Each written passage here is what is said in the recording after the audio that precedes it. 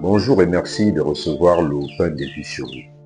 La loi juive interdisait en particulier de moissonner et de moudre le grain le jour du sabbat. On le lit dans Exode 34, verset 21. Et le geste posé par les disciples de Jésus est assimilé à ce travail défendu le jour du sabbat pour les pharisiens. Et Jésus, devant cette accusation, prend la défense de ses disciples, d'abord par un argumentaire tiré de l'Écriture. Il parle alors de ce que fit David quand il eut faim. David est l'une des figures royales, prophétiques et messianiques de la foi en Israël. Comment il a osé manger avec ses compagnons les pains de l'offrande que seuls les prêtres pouvaient manger, pouvaient consommer.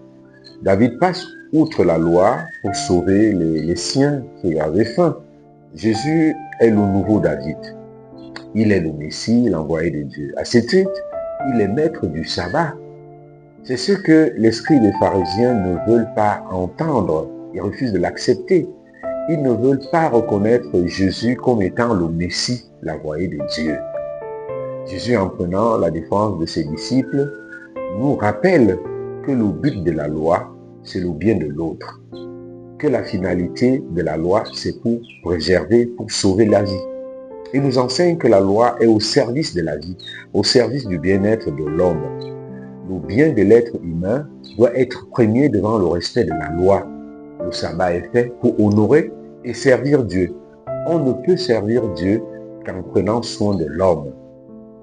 C'est ce qui fait que Jésus dénonce l'hypocrisie de ceux qui disent et ne font pas, dans les scribes des pharisiens. C'est pourquoi il peut affirmer avec force, en tant que maître du sabbat, que le sabbat a été fait pour l'homme et non le contraire.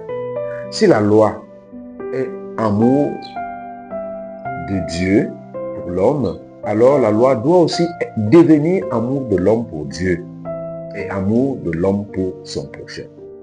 Dieu nous invite à aimer et à aimer nos frères et sœurs comme nous-mêmes.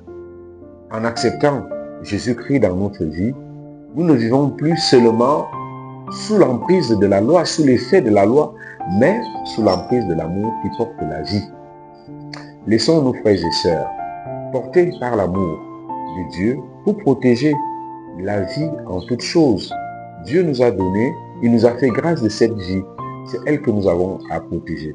Et que toutes les lois humaines soient pour encadrer le bien-être de l'homme, pour encadrer la vie, pour la protéger, pour redonner à l'homme toute sa dignité, pour préserver la chute de l'homme. Voilà, la loi est là seulement comme un cadre et non le moyen par lequel, c'est pas le terme, mais la loi est là pour nous aider à mieux aimer Dieu et aimer notre prochain. Donc c'est un cadre qui nous permet de mieux nous mouvoir en amour. Demandons cette grâce aujourd'hui, que les lois que nous avons nous servent justement pour aimer Dieu et notre prochain, pour sauver et préserver la vie.